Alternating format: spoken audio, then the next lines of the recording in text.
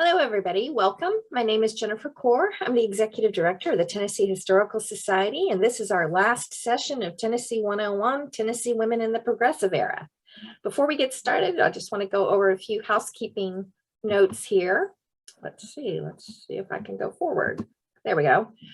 So we're not going to be registering for any more, but I do want you to know that we are planning for our next series of Tennessee 101, and that will be starting in August of 2020. If you're registered for this, you will get an email about that. Come on. If you missed one of the sessions, you can go to that particular page and we will have the video there so you can fill in your knowledge. Also, we have resources for you. One of these links will take you to the book that Dr. Evins edited, the first volume of Tennessee Women in the Progressive Era, and the second one will take you to Padlet. Padlet is a fancy word for cloud storage. This is what it looks like. We've put some slide presentations here, some links, some additional reading suggestions if you just can't get enough of this history.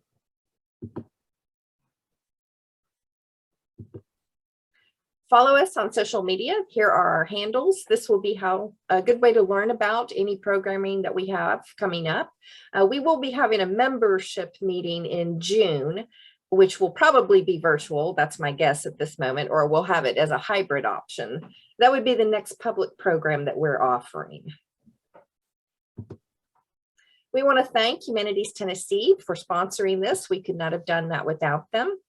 If you have questions or comments, if you look down on your little toolbar, you'll see a Q&A box. That's where you want to put those. Don't put it in the chat because we may not see it if you put it in there. Do keep an eye on the chat where Nikki's going to drop some links for you. If something comes up or there's a reference to something, she'll put that in that chat box for you. And you can turn on your transcription if you want to. If you go to your toolbar, you do have the option to turn on live transcription. So if you have any trouble hearing anything, that's a good option for you. And with that, I'm going to turn this over to Dr. Manoa Uffelman. Dr. Uffelman's professor of history at Austin Peay State University in Clarksville. She was one of the co-conveners of this series. And Dr. Uffelman is going to introduce our two speakers for the evening.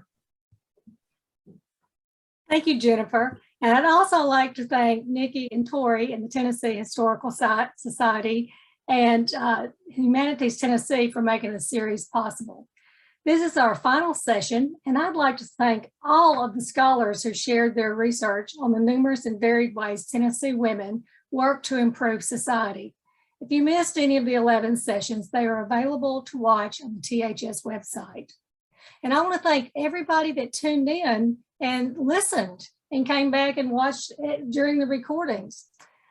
Tonight, I am honored to introduce our final speakers. First, we have Dr. Carroll Van West. He is Tennessee's state historian and the director of the Center for Historic Preservation at Middle Tennessee State University. Much of what we know of Tennessee history would not exist without Dr. West. He has spent a lifetime of research and publication, and he has trained a generation of students who have become historians, not just across Tennessee, but across the country. His presentation tonight is Transforming Space and Culture in Tennessee's Town Squares, the Ladies Restroom Initiative, 1900 to 1930. And I would also like to say he was the first person to get his completed article in, so we were pretty happy about that. Our final speaker is Dr. Mary Evins. She is a research professor of history at Middle Tennessee State University and coordinator of the American Democracy Project. Dr. Evins edited the first volume and is co-editing the volume of which these talks will be included. It has truly been a pleasure and an honor working with her over all these years. Her presentation is Deference versus Defiance, Challenges to Patriarchy and What We Still Want to Know. So first, I'll just turn it over to Dr. West, and then when he finishes, he'll turn it over to Dr. Evins, and then we will take questions. Thank you. Okay, good evening, everyone. Thank you for joining us, and I want to thank Jennifer Core of the Tennessee Historical Society for putting together the series, and Dr. Offerman and Dr. Evins for putting up with me on the book publication and inviting me to spend some time with you tonight. I'm just going to jump right into sharing my screen with you and relate to you a fascinating place that is across Tennessee and the sort of fascinating stories associated with it. So that would be the ladies' restrooms. Let me start my slideshow. And here is a building that I'll start with. It's in Lewisburg, Tennessee. As you can see, it says ladies' restroom right at the front. And we'll come back to that at the end of the presentation. And I know a lot of you are thinking, now, wait a second, ladies' restroom, are you kidding me? This is something that you have developed as a research topic. Well, I feel much the same way. I sort of share your pain because in 1994, the county mayor of Marshall County called me up, and I knew this guy because I'd been working with the state Century Farms and had been in Lewisburg 2 or 3 times, and he had heard about me and says, well, Dr. West, we got this building down here that we need you to come look at. It's sort of interesting and sort of different, and it's our ladies' restroom.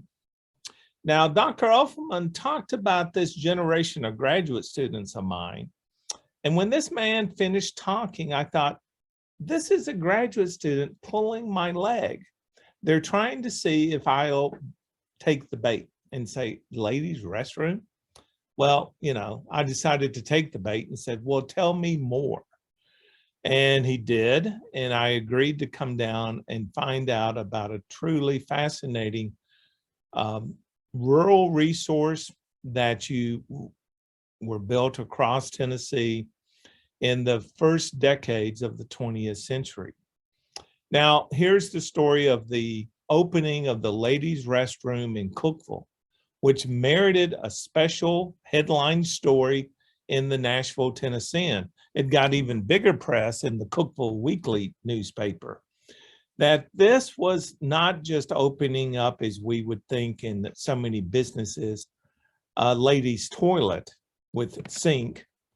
This was a purpose-built space within small towns, not just in Tennessee, but across the nation, that allowed country women to come to town and participate in town life. So it was very important institution at this early part of the 20th century. And of course, there is a ton of literature about it. If you really want to have fun and you have a subscription to newspapers.com, which I'm sure a bunch of you do, just type up ladies' restroom and see how many hits across the nation you get, particularly if you put in the dates 1890 to 1930. The first ones were developed in the upper Midwest in Wisconsin and Minnesota, and some of those date to like 1888, 1889. And then they became more popular in the early 1890s. The Depression of 1893 to 97 slowed the movement of these institutions, but with the new century, they really did become nationwide, often pushed by club women. And of course, this is the same time that you do have the rise of women's clubs in small towns and cities across the country. But these buildings were designed, often by club women, to get country women into town. There was not a space within most towns where women could appropriately gather. Because just think, you know, there was around the courthouse square, men whittling, chewing tobacco, telling tall tales, not particularly a place that would be appropriate for a woman just to be. Then you had certainly restaurants and saloons in the years before temperance, and those weren't particularly inviting or appropriate places. And, you know, men in town for business, you know, well, you know, they're women, they didn't need them along. But store owners and rural reformers wanted to reach those women. And how better to do it than to come up with a ladies' restroom space within an existing building or a purpose-built building. So by 1917, this movement had grown so much that the federal government and the U.S. Department of Agriculture featured it in its annual yearbook. And Ann Evins's story that you see here in front of you is just a pivotal primary source to understand what this is about. As she says, by this time, 200 counties had these. And I think that's an undercount. I don't think she realized how many of these were in operation. In Tennessee, by this time, there's 25. So if you think of the other states, it's probably more than 200. But they were done in such a way that in the local community, they were celebrated. They were really important spaces. And the USDA made sure that people understood what a proper ladies' restroom would be. It was a place that was staffed with what they called a matron. Sometimes they called them attendants, but the preferred term was matron. A woman who understood country women, could provide them with information about what was available in town, could provide them with periodicals and bulletins about canning, proper home ec techniques, whatever they might want. And the space itself needed to have a reading room, a toilet area, a bedroom, because if the woman came to town with children, they might need a nap. And they needed to have a place where they could lay them down for a nap. And because so many restaurants and cafes weren't really appropriate for women, most of them had some type of kitchen area as well. So, you know, when you go through that bulletin, which you can find online, just use the title of the document that I've given you and it'll come up for you. And you can read how they promoted and talked about restrooms. And what they ended in the article, I'm showing near the end of the article here on this slide, the second paragraph that says the restroom located in a public building is likely to be more useful than one located in a private building. And that is the shift that you start to see by this time period. The early ones, well, they might be in all types of spaces. But then increasingly in the later 1910s and then in the 1920s, they were in designated public spaces, or they were, again, a purpose-built structure.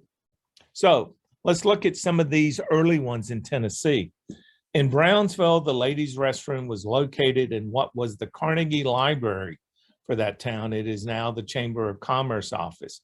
This building was built about 1907, and that was one of the purposes of the building, was not only to provide a public library, but also a ladies' restroom space for country women coming to Brownsville to trade.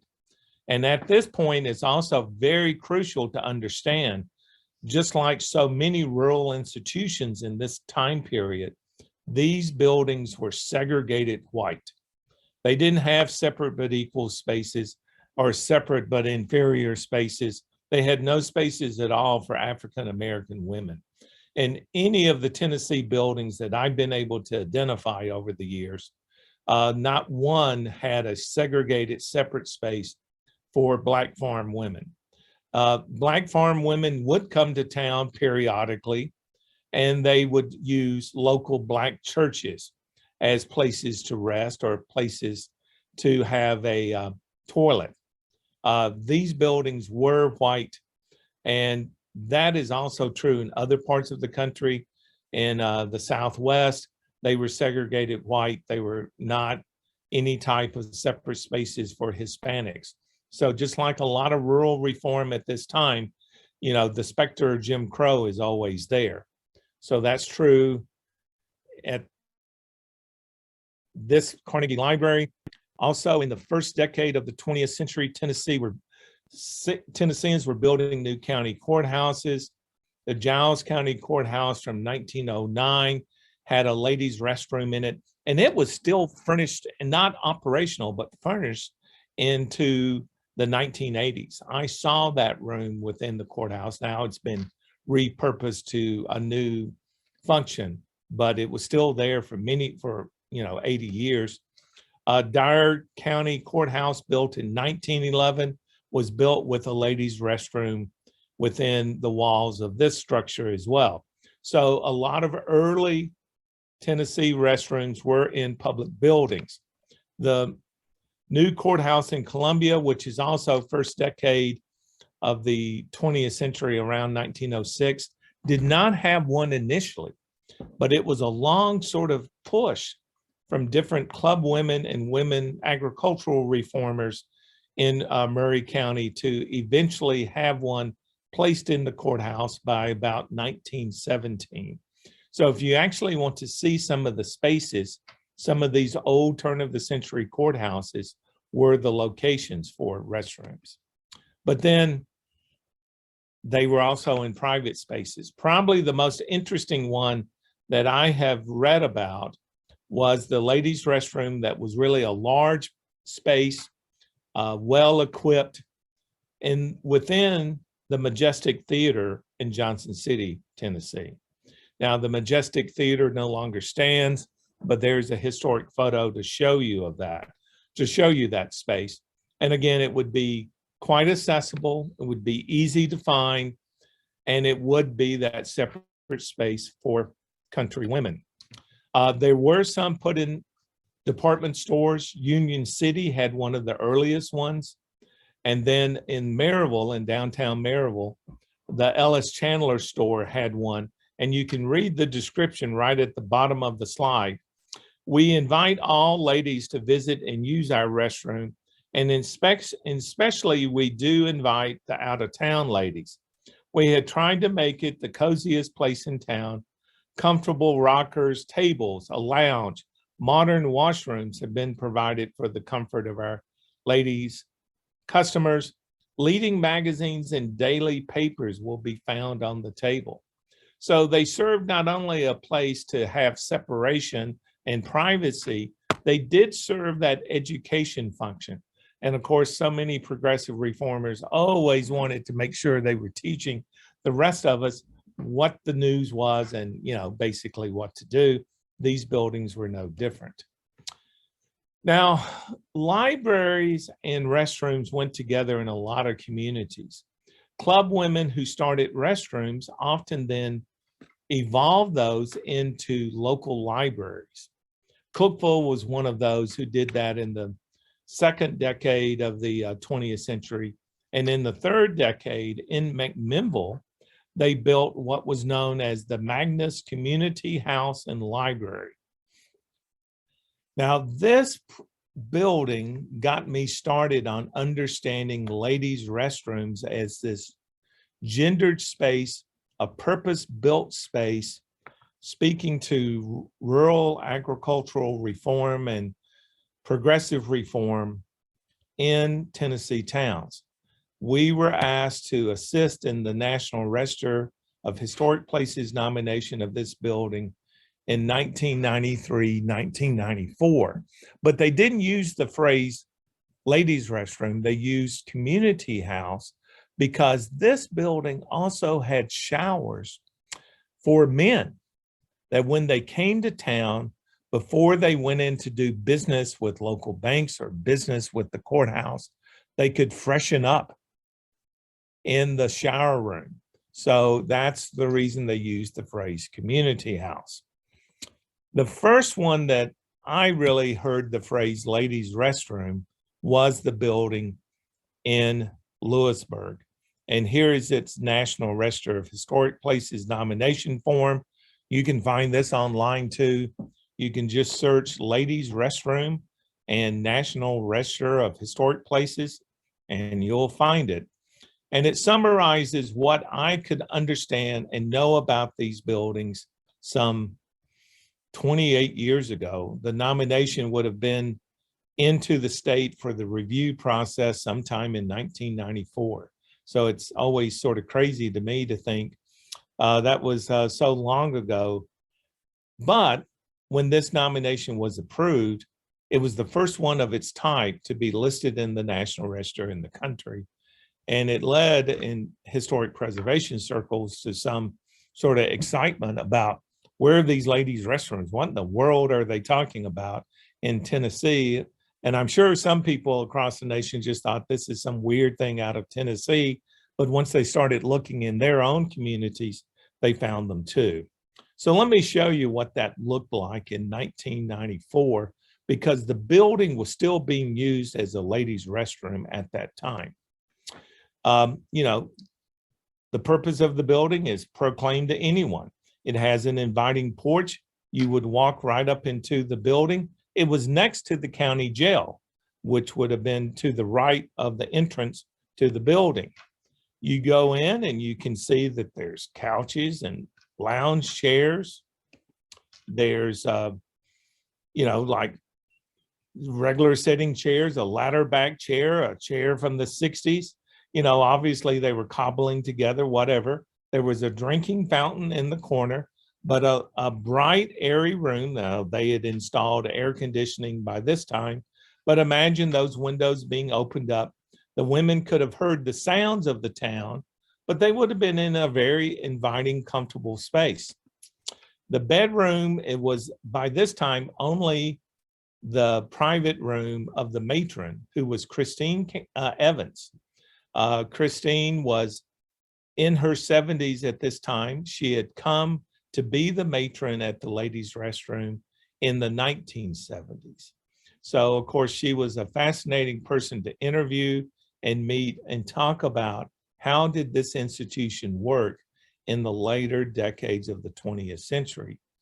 And one thing through the process that I really enjoyed, I became an accepted part of their little community, because otherwise men were not supposed to be in this space, but they knew what I was doing and they appreciated what I was doing.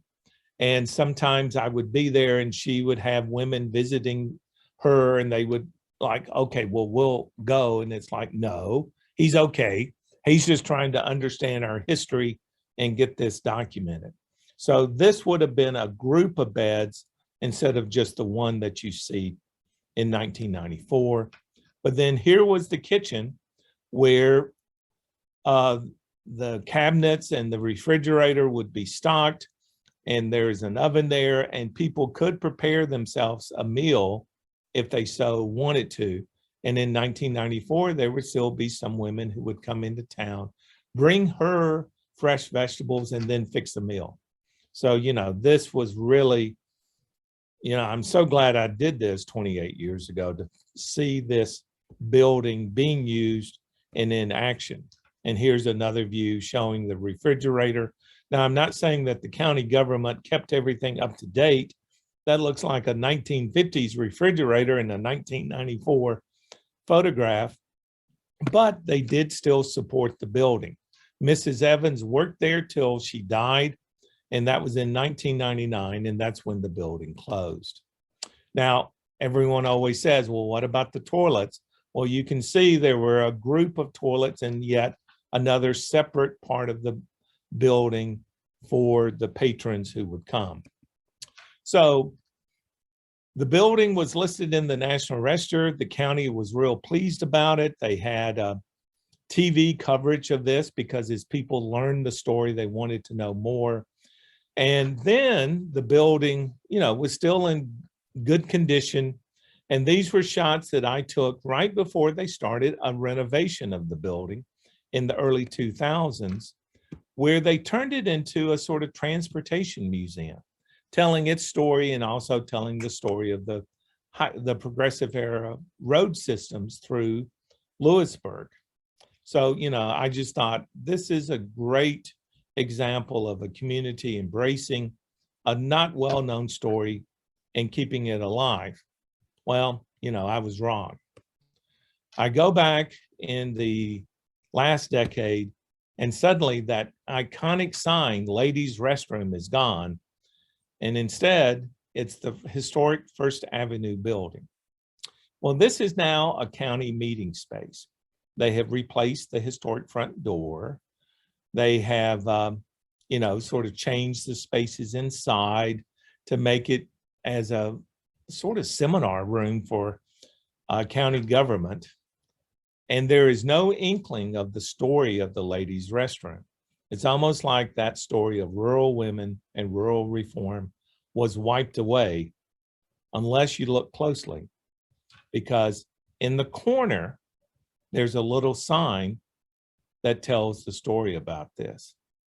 It was closed in 2012 as a meeting spot for the Lewisburg Industrial Board. The leadership class of Leadership Marshall put up this marker in 2014. So here was the story in 1994. The county celebrated, the county mayor was excited.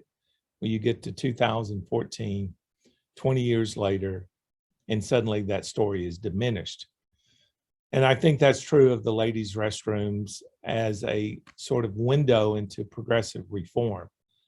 The information is out there, and you only really need to look for it.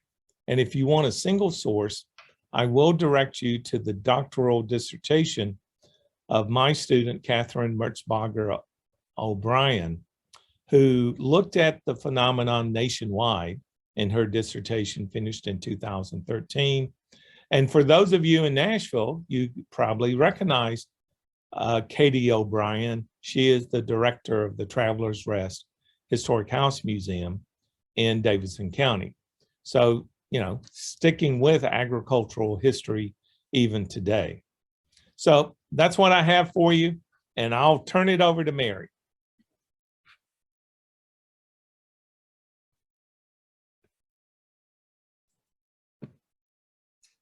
Hey, everybody. Greetings. Thank you so much, Van. And I appreciate so much your being part of the volume with us and the lecture series. Our thanks, of course, this evening also go to Jennifer and the whole fabulous team at the Tennessee Historical Society. And thank you all for joining us throughout this series. It's just been remarkable and wonderful to have your continued participation. And have enjoyed 11 weeks of it, and I guess we're drawing it to a close. So let me start by sharing my screen, if I may, please.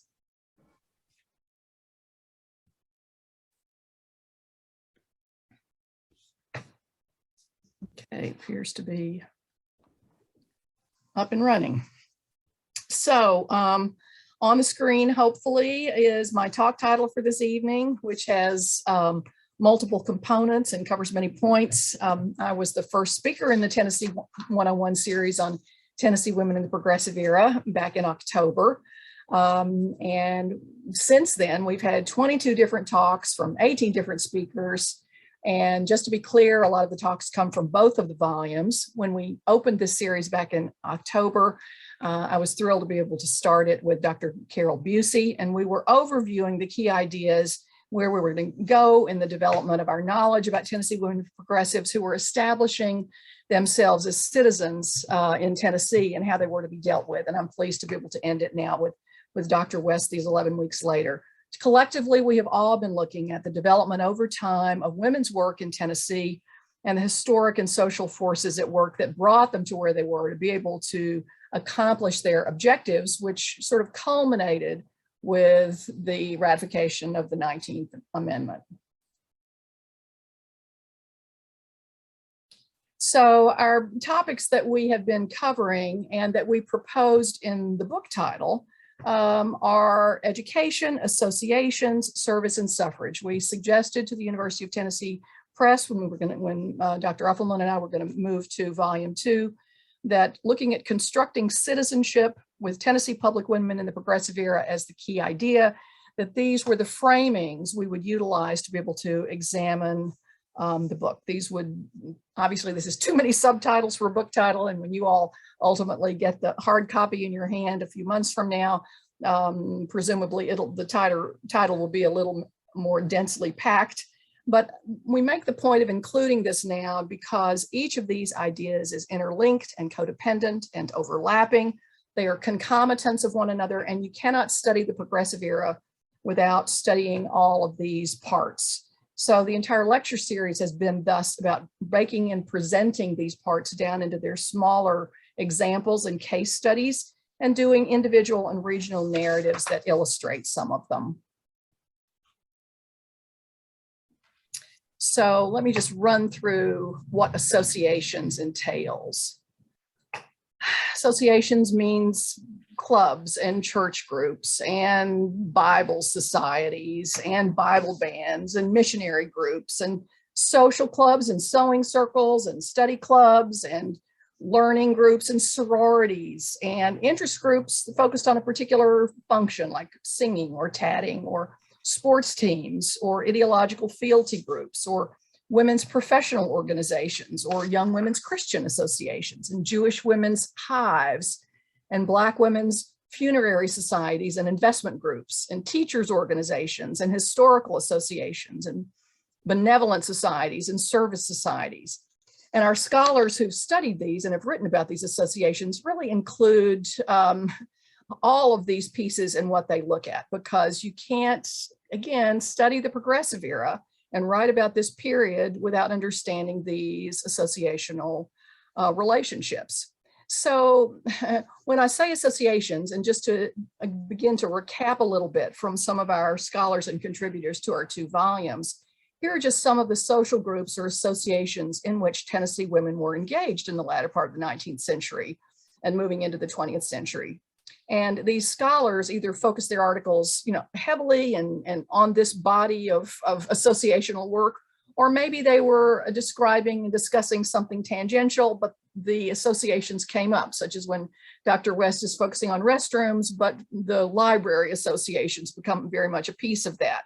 So bear in mind that club work and social groups were absolutely foundational to women's agency in the public sphere. And this list is just a sampling. It's just a drop in the bucket. A few examples of what associations were like and what they functioned for and how women gathered in the latter part of the 1800s at the beginning of the 20th century. And then women took part and took on service work in every possible arena and every possible imaginable area, from caring and nursing and public health to supplying food and milk stations for babies, city drainage, environmental projects. A club may have started as a social group, as so many of our scholars discussed, initially maybe about teacups and tea cakes, but their purposes morphed and changed over time. They evolved into something much more fierce, more strident, more socially relevant, sometimes very much more confrontational, more public, and expressly more civic. And hence service is clearly baseline to the citizenship of Tennessee women. They demonstrated their citizenship through their actions, their community involvement, and societal uplift. And again, there's not one body of research into the work of Tennessee women progressives that does not include service, because service is reflective of the emergent civic actions and responsibilities taken by these women in their communities and for their communities and for the state and for the nation. And just to show this, again, I've given a list of the scholarship over our 2 volumes and then through this lecture series, and the service work by and about women that each of these essays delves into. Service is very complex. Again, this is very superficial listing here because much, much more could have been entered into this list as I'm providing a broad brush overview, but I'm making the point that women moved from merely social organizations to groups and activities that worked to make a difference and to contribute to society. They were becoming effectively public women. And this is an express nod to Alexander Hamilton, who penned Federalist Paper number 65 in 1788, more than 100 years before the turn into the 20th century. And Hamilton used the term public men to refer to those men who were charged with and earned and deserved the public trust through their contributions to the state and the nation. They were carrying out the people's work. And 100 years later, American and Tennessee women were also doing this work, and albeit oftentimes unrecognized and unappreciated for it, because their contributions were typically still viewed as, the little women's work side or the distaff side of public service. But the women themselves knew better. And if they were not going to be appreciated fully by the community for their contributions, they would recognize and honor themselves. Elizabeth Israels Perry, who wrote an essay in our first volume, addressed this very concept. She wrote about this monument that you see on the screen on the left, which is the monument to the Woman's Building that was built in Nashville at the time of the 1896 centennial. And the monument now stands in Centennial Park. It was erected in 1903. Probably most of you have been to Centennial Park many times, and whether you have ever paid attention to or noticed this monument is a really good question. Often we walk by it and pay no look whatsoever.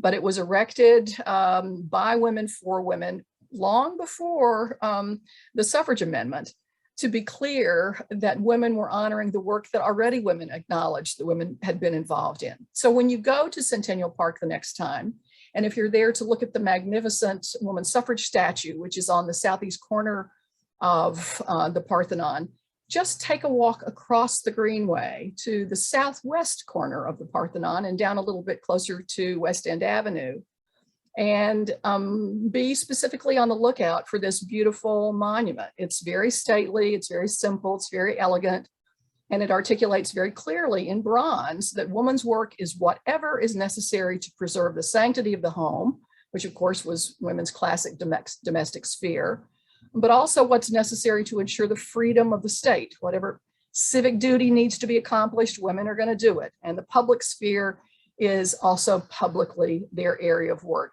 And intriguingly, the sphere atop this monument symbolizes that very principle so elegantly, because the sphere is perfection and symmetry and complete integration. Service is women's work. And the fourth category for organization, analysis, and structure in this second volume of ours is, of course, suffrage, which easily refers to as the capstone event of the progressive era for women in the ratification in 1920 of the 19th Amendment. And from 2019 into 2020 and a bit into 2021, we had opportunities to celebrate this centennial, but for the horrid novel coronavirus SARS-CoV-2, which served as if a slap in the face to women in 2020, just when we wanted to really have this perfect year, unalloyed, to focus on celebrating women's history, at least through August of 2020. But oh no, the fates had other plans, and women survived it remarkably well and do what women always do, which is make something wonderful out of whatever there is to deal with, and despite the setbacks.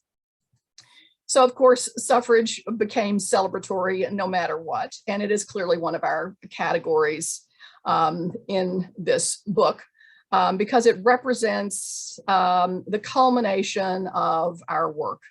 And literally, suffrage was included in every component piece of our writers who spoke about the progressive era, because they are integrating toward the political work that generated thinking and political activism that allowed the 19th Amendment ultimately to be ratified. Dr. West just got through speaking about the integration of women into the public sphere and the county courthouses and into the county seats. Again, by the time suffrage has been made possible for women coming into town to be able to be a part of and acting on their civic duties is a piece of how this all ties together and is fully well integrated. So education, association, service, and suffrage. These are our four analytical pathways for looking at women's development towards citizenship. But the one I skipped over is the initial one, which is education. So allow me to treat it the same way I have the other three, by pointing out how ultimately, every time you're examining anything about the progressive era, you inevitably have to be examining education, because education is foundational and it's necessary for advancing women's position in society for all the obvious reasons. Education is the very backbone of knowledge for societal progress, and educating for democracy was, of course, the entire rationale for public education in the first place. And I should say as an aside that even today, we undermine the integrative universal public education to our national peril. Women were barely included in public education when it began, and they were barely included in private education. And all of this, of course, to varying degrees, depending on their race or their station in life. That was true in the decades before the Civil War, and then even after the Civil War, with every aspect of society and economy and infrastructure undergoing fundamental changes. People were having to build and rebuild, or build for the very first time, their educational structures under the duress of socioeconomic pressures. And education was a fundamental part of the objectives toward which states and societies were working.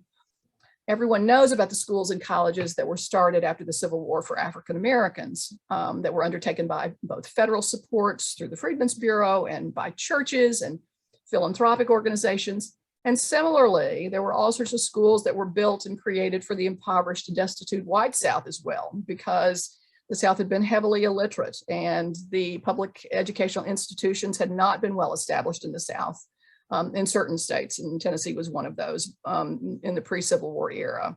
And the ones that had been were either abandoned or discontinued during the war.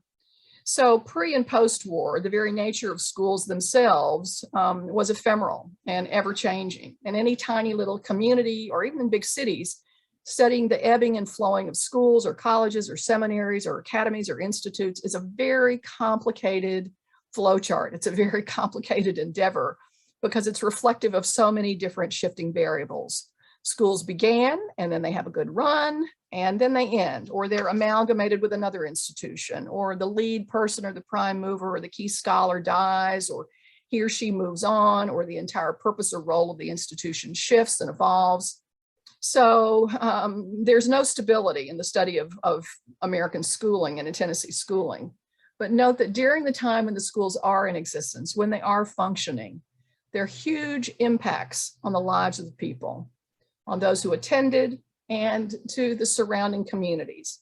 And education takes place in communities such that it opens the hearts and minds and teaches skills and competencies and opens doors and possibilities and professional futures and shifts entire cultures. So governments in the South, depending on their resources and directions and purpose, set about to rebuild educational systems after the war. But in Tennessee, it really was to build them for the very first time. So our statewide public school system had to establish over the course of the decades after the war, competencies and requirements and measurements to meet. And of course, that really took decades. And perhaps one way to measure the impact that education was having on everyday Tennessee women across our state and across our rural counties is to begin to look at, because these can be quantified, how women themselves were moving into the teaching profession. How women were getting readied and prepared and studied and learned so that they too could become teachers and they could qualify for these teaching positions. And I think for many people, it's probably counterintuitive to imagine that women were not always teachers. I think most people presume that women as nurturers were by definition teachers. And that was always true in society, many people think. But honestly, that presumption or that stereotype is patently incorrect. The term schoolmaster is there for a reason. Women's formal seminaries didn't even begin in this country until the 1820s, and they were few and far between then and available only to a limited number of girls. And the curriculum for women, when it was available to them, was typically narrow and limited to the female arts, which often included embroidery and speaking French and such delicate subjects, not maths and sciences and philosophy initially. And Tennessee had some very famous early women's institutes, many of which date to the 1850s, and they were quite limited only to the well-to-do and the planter class. But they also had very strong impacts, both in the communities in which they existed and across the state and for the women themselves. And they set the tone for what education could be or could even evolve into. And in the same way, in the first years of formal education for African Americans, that schools were run and taught by whites, it's also true that schools for women were initially primarily taught by men, who were the educated stratum of society. But it was Catherine Beecher in 1829 who had started the Hartford Female Academy in Connecticut in the early part of the 1820s, who in an important essay in the latter part of the 1820s argued that women's work was expressly about nurturing. She said that women have a God-given natural capability for teaching, and they will be the very best teachers.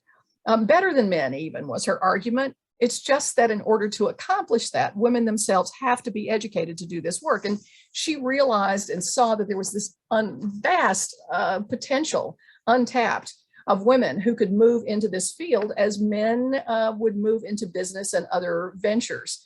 And so she wrote about this in the pre-Civil War years, and really what she envisioned came to be more exponentially true in the years after the Civil War. And in Tennessee after the Civil War, balancing economic stabilization and development with helping to increase public education through payments was really problematic, as everyone was broke. But there was, in the post-Civil War years, an office in the state government in Nashville called the State Superintendent for Public Instruction. And it was to him that Tennessee counties would provide annual reports on what the county school systems were doing and how they were successfully educating their young people. The reporting was, as you can imagine, quite sketchy for a number of years and very ephemeral. I did some research at the Tennessee State Library and Archives on it, and I begin to see images of numbers of reported reports making it to the state superintendent's office by the latter part of the 1880s. So really fully 20 years after the war was over. And I was able to collect enough data from these statewide reports to the state superintendent to be able to do the arithmetic on that and come up with some percentage numbers. So you might find it interesting and surprising that by the latter part of the 1880s, that only about 30% of Tennessee's teachers who were paid positions, paid jobs, only 30% across the entire state were women. And as I say, because of the ephemeral nature of these reports, I can't really find too much before that, other than some odd occasional papers that were submitted.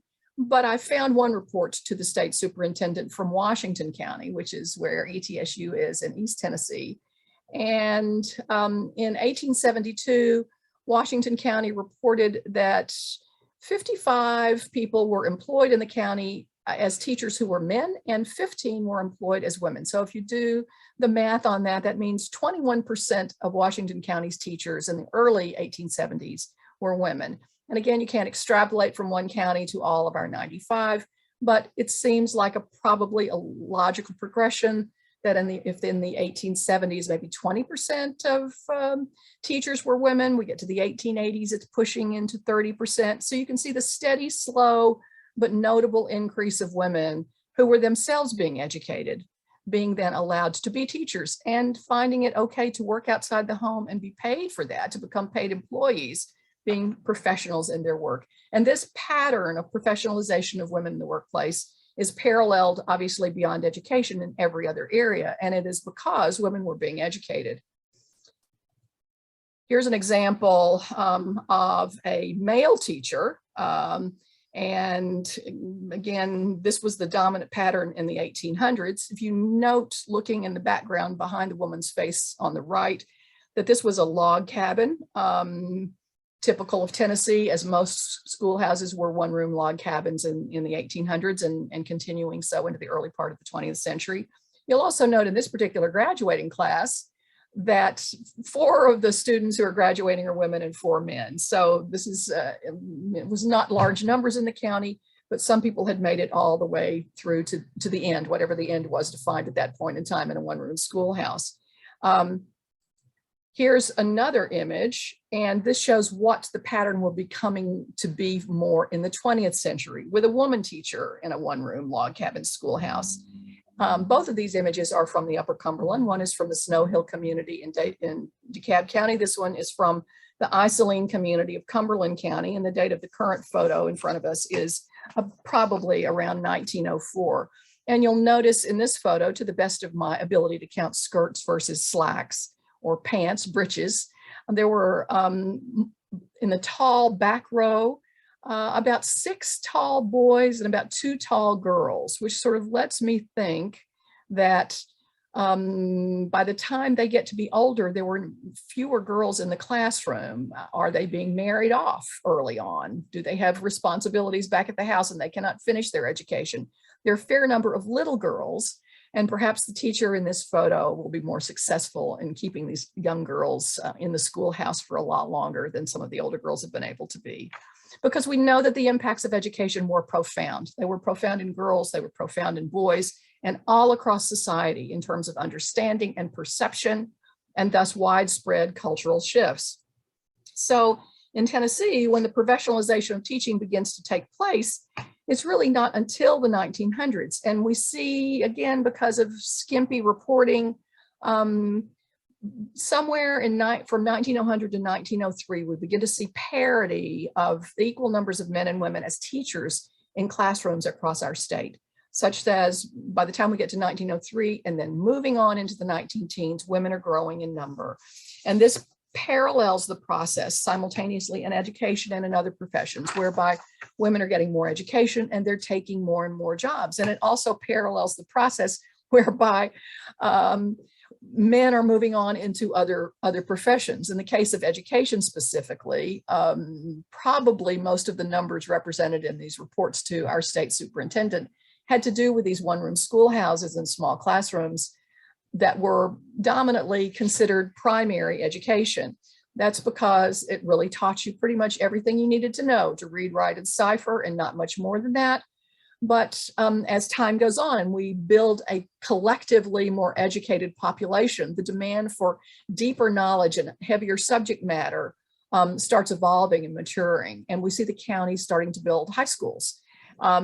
Usually there was one high school and many small little primary schools or one-room schoolhouses scattered about counties. Davidson County is a classic example of this, which had little schools throughout the county in small communities of Davidson, and Davidson was quite rural at the time. But by the latter part of the 1800s, Hume Fogg High School in downtown Nashville had been built. So if a student wanted higher education to go on and learn deeper knowledge, if that student perhaps had grown up in Goodlettsville, that was a long way away, and getting into Nashville to go to high school would have been quite a family commitment and a serious undertaking. And as these high schools increase in number, the men teachers are going to go to teach the higher level, more sophisticated subject matter, also to become administrators and principals and superintendents, and also teachers in normal schools as the requirements for education increase across the state. So women are moving up, and as they do, the spaces are becoming by definition newly regendered, as the goalposts sort of keep shifting. Similarly, I might say the term clerk, which used to be a respected male position, as more and more women are educated and read and write and do mathematics. Women become secretaries, men move on into higher level supervisory positions, and you don't see many men falling in the clerk category much in later years. So women's education shifts everything. Our American culture, our Tennessee culture moves along and matures and responds to those changes in sync.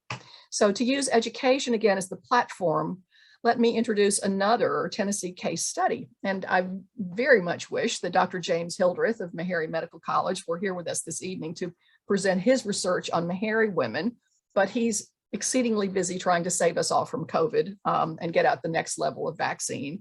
So we give him a bye for being with us. We're not being with us this evening, but you can read his chapter in our forthcoming anthology. Mccarry Medical College was founded in 1876, and although it expressly envisioned itself as being coeducational from the outset, it did not graduate its first woman physician until 1893, about almost 20 years later. By 1881, there were a handful of women medical students, but we don't really see them graduating yet from Mccarry. They moved to take medical training in order to serve their Black communities.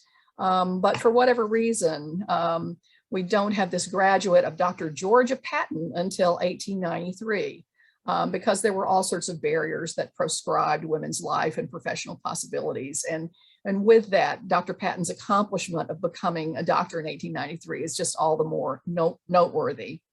By the end of the 1800s, however, and moving into the 20th century, women in medicine were growing, and Mccarry was supplying women doctors. There were more and more women entering the medical school in 1893. 2 women graduated from Mccarry and became doctors in 1898, and 2 women in 1899, and the numbers continued to grow each year. And in 1904, 3 women graduated, including a woman by the name of Dr. Josie Wells, and with her as lower level students in middle and earlier years were other women enrolled in these lower level classes. And a lot of them are names that we all know in African-American history across Tennessee, because they took their medical education and fanned out across the state to do incredibly powerful work. By 1920, Mccarry had graduated 39 women doctors. And of all the medical schools across Tennessee, Mccarry enrolled more women than any other medical school in the state. I wanted to say that slowly so we could all hear it, black or white. For instance, Vanderbilt Medical School didn't graduate a woman doctor until 1929. And in terms of institutional racism, just to be clear, Vanderbilt did not graduate a Black medical doctor until 1970, and then a Black woman doctor in 1978. Of course, Mccarry's dominance in educating women doctors will begin to wane and shift as other medical schools open up and increasingly admit women.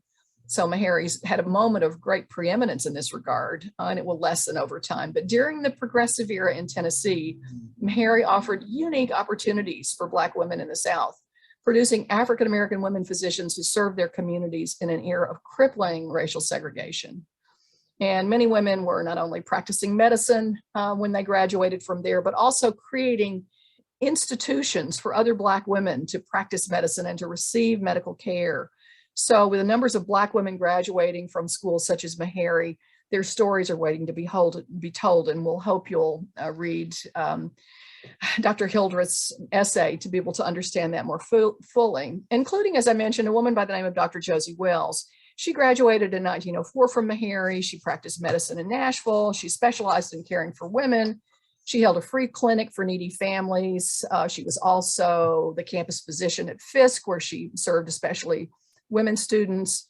She taught at Mccarry and was noteworthy, the first woman member of the Mccarry medical faculty. And she was a fundraiser for the creation and building of the Hubbard Hospital at Mccarry. She was a nationally well-known physician. She spoke at conferences all over the country. She was reading papers from Chicago and New York. People referred to her as being delighted by hearing her speak. She completely captivated her audiences. She was also widely involved in civic work as part of the executive committee of the colored unit of the Women's Council of Defense during World War I, and in supporting women's suffrage, and again, engaging with so many other noteworthy African-American women that we've all heard of and read about in the history books, but perhaps not so much Dr. Wells, whose name needs to be entered in that cohort. Not only did she raise money for building Hubbard Hospital at Mccarry, she actually was the primary assistant to the president of Mccarry, and who was also called the superintendent of the hospital. He was the formal head of Hubbard Hospital. It was Dr.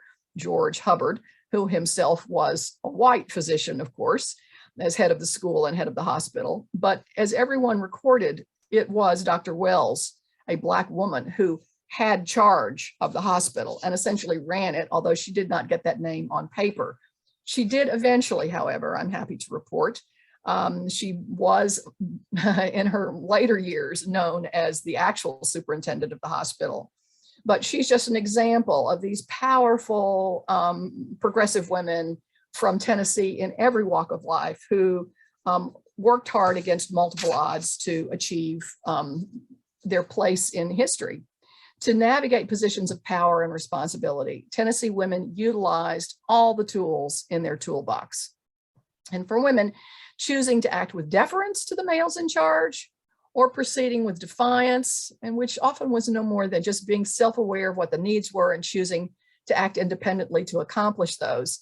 To decide how to behave and act and lead in the face of crippling patriarchy is a balancing act that women had to think about then and had to negotiate, just as women do today, because patriarchy continues to be alive and well. And although in the civic sphere in the United States, we have had, and we have women congresswomen and US senators and governors and members of the US Supreme Court, when we talk about gender parity, ultimately be aware that it's an uphill battle and it's something we must continue to work on. Carrie Chapman Catt famously said in 1920 that progress is calling on us to make no pause, to act. She said also that the vote is power, the vote is a prayer, but progress is calling on you, or now us, to make no pause. We must act.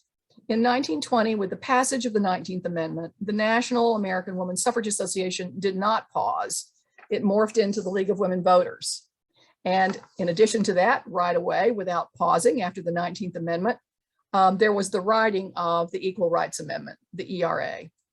And all the wording of the ERA has changed over the years. What I put on the screen is the version that was approved by Congress in 1972 and was sent to the states for ratification. And it reads quite simply, the equality of rights under the law shall not be denied or abridged by the United States or any state on account of sex. It's similar to the wording of the 19th Amendment. It's very simple, it's very concise.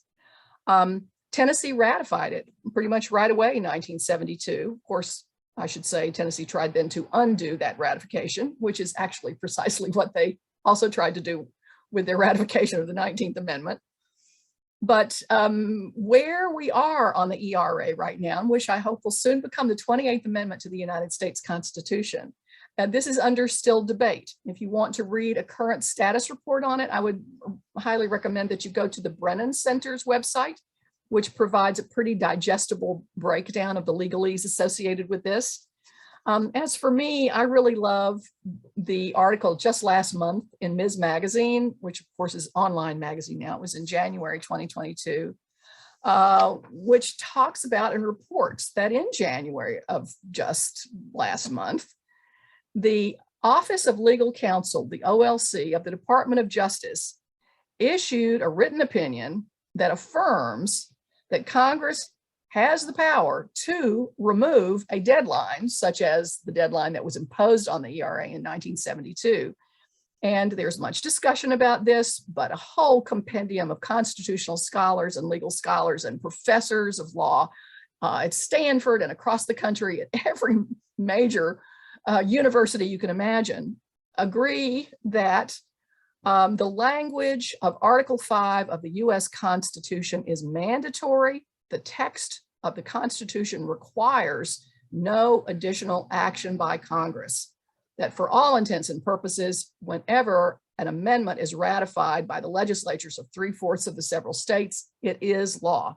And of course, the Ms. Magazine is stating that the Equal Rights Amendment has been ratified. So where we are now, again, according to the breakdown on this, is that what is required at this point is that the National Archivist, Mr. David S. Fierro, I'm sure I'm mispronouncing his name, F-E-R-R-I-E-R-O, must take action to formally publish the proclamation certifying that the amendment is valid and is now part of the US Constitution. So as we are thinking about next steps with the closing of this lecture series, I must tell you from a historical perspective, I am still very, very much interested in the work of Tennessee progressive women. That does not abate for me. And although this book is coming to publication this year and it will be in our hands hopefully before the end of the year, which we very much look forward to, it is also true that the work and research on this continues. MTSU has just happily received, the College of Liberal Arts at MTSU, a wonderful new grant from the National Endowment for the Humanities, in which we are embarking on this summer. And we're going to be, and I'm happy to be able to have been included in this grant, I'm going to be able to include research into the work of progressive women in the Upper Cumberland in Tennessee and the 14 Upper Cumberland counties. So we're going to have MTSU public history grad students working on that project. So what we still want to know is everything, even though there has been a whole amount published. We've had this wonderful first book. We have this fabulous second book. Carroll Busey was in charge of editing the Tennessee Historical Quarterly's Suffrage edition. The wonderful Suffrage Room has been opened at the Metro Public Library. Dr. Fraley Rhodes and her powerful team of researchers spent months and months preparing for the Ratified Museum at the Tennessee State Museum. These have been incredible advancements and powerful steps forward, but still we have much left to learn. And it is open-ended, and we are going to continue that work. So stay tuned, and the research that we do in the Upper Cumberland hopefully will come out in a different publication format, maybe in the Tennessee Historical Quarterly. So the fight against racism and patriarchy are ongoing, and these are also matters for which we must continue pushing. And as for me, I'm quite sure I have a letter in my near future to the National Archivist, Mr. David Fierro. He retires in April, ladies and gentlemen, and there's pressure on him both ways, from both political perspectives, to not certify and then to certify. But I have his address. Email me. I'm happy to give it to you. But for me and my house, we support the full equality of all women as full and equal citizens of the United States. I do not find this threatening or political in any way or inappropriate to ask that my equal rights and the equal rights of my daughter and granddaughter be embedded in the United States Constitution.